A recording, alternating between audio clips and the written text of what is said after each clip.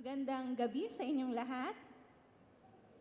Ako po si Darlene Marquez-Caramanzana, isang diakonisa at kasalukuyang manggagawa ng National Council of Churches in the Philippines. The refrain of one of my favorite hymns, entitled "In the Midst of New Dimensions," which unfortunately is not in the blue hymnal, but is in the faith that we sing. The refrain goes like this: God of rainbow, fiery pillar, leading where the eagles soar. We your people, ours the journey, now and evermore. It speaks powerfully of a God of hope. It speaks of one's indomitable spirit to conquer the unknown, to face uncertainties and fear, and stand in the midst of a people who journey under the power of a great spirit that is beyond the realm of human's finite capacity. A great divine, mysterious, who leads the people in their quest for a better world. Truly, a rainbow speaks of hope, but it also currently speaks of a people struggling against discrimination, stigmatization, denial, and rejection. The hymn was composed by the Reverend Julian Rush, who, after serving as pastor of the United Methodist Church for 17 years, decided to come out as a gay man.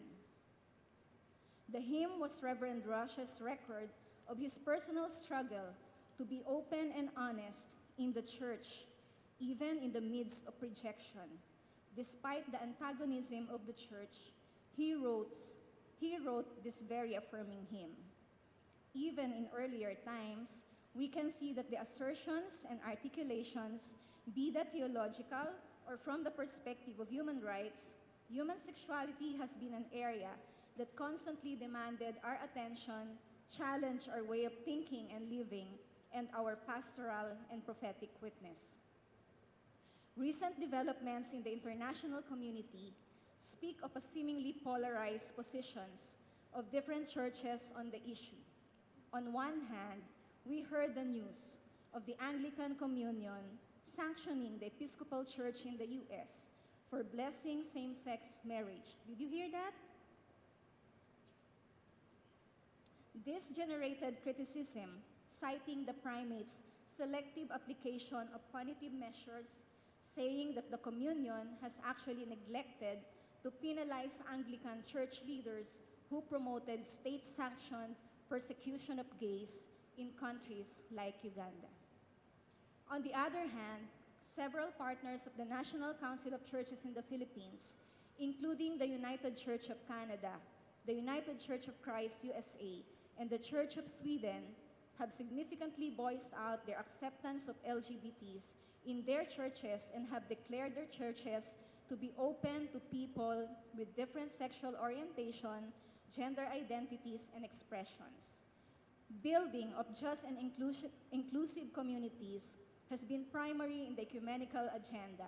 As such, the ecumenical community recognizes that exclusion in various and diverse forms exists. The struggle of the basic sectors of our society for peace and justice has pushed them away from the center. Indigenous peoples struggle for ancestral domain, workers demand for just wages, peasants do not own the land that they till, women suffering from multiple burden of gender, class, and national oppression, young people fighting for their right to education, etc. All these have been overt and covert forms of exclusion. Exclusion have caused deep and unbearable pains among peoples. It has divided communities, killed those who dissent, silenced those who voice out, rendered invisible people who are different and who do not conform to the norm. The LGBT community has their own stance of that painful exclusion. Our conformity to heteronormativity as the only acceptable norm has painfully excluded many. The ecumenical community in the Philippines continues to grapple, sa totoo lang, with the issue of human sexuality. It is a challenge to many of our member churches not only on how to bring this to their discussion table, because of lack of knowledge on us how to understand things, but also because this will open other host of issues related to it, such as sex, sex education, sexual expressions, and gender identities. Things which are considered taboos in the churches. Para sa ecumenical community, mahirap ikahon ang lalim at lawak ng karanasan ng sangkatauhan. Patuloy itong umiinog at kumikilos ng pasulong. Ang kasarian at sexualidad ay isa sa mga bahagi ng sangkatauhan na patuloy na humahamon sa ating paninindigan at pananampalataya. At kung paanong tayo ay nakikisalamuha sa bawat isa. Ang LGBTQCI ay isa lamang sa salik o elemento sa loob ng buong usapin at kaganapan ng sexualidad, sexual na kapahayagan o sexual na reproduktibong karapatan. Mabilis ang diskurso ukol dito.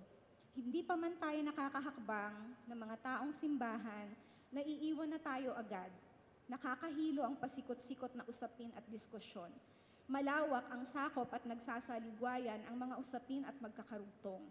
At ang iba't ibang disiplina ay may iba't ibang sinasabi. Psikolohiya, sosyolohiya, antropolohiya, idagdag pa ang teolohiya na mas madalas ay nagpapagulo imbis na maglinaw. Mas gusto nating sana kung kapareho lahat ni Bishop Aricellano na maipapaliwanag. Mas gusto nating pag-usapan ng original sin kaysa original blessing. Minsan, tinatanong ko din ang aking sarili, para saan ang mga diskurso kung hindi naman ito nauunawaan ng higit na mas nakararami. Katulad ng iba pang usapin, ang kasarian at sexualidad ay may aspetong politikal, sosyal at ekonomiya.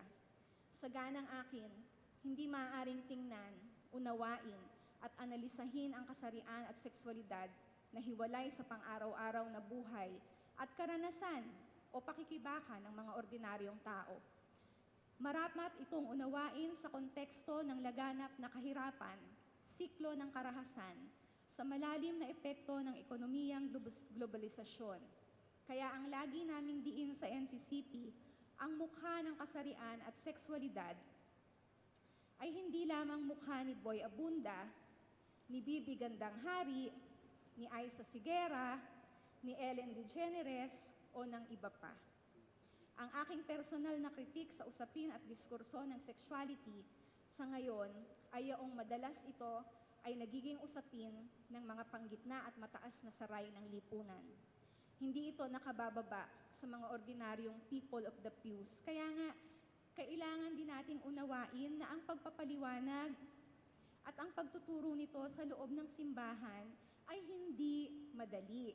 Sapagkat kailangan din nating unawain ang kulturang pinagmumulan ng ating mga taong simbahan.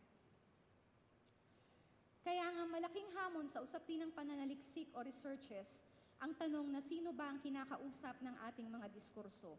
Kung ang ating diskurso ay palaging akademiko at hindi kumikilala sa karanasan ng mga tao sa ibaba, ano pa ang saysay nito?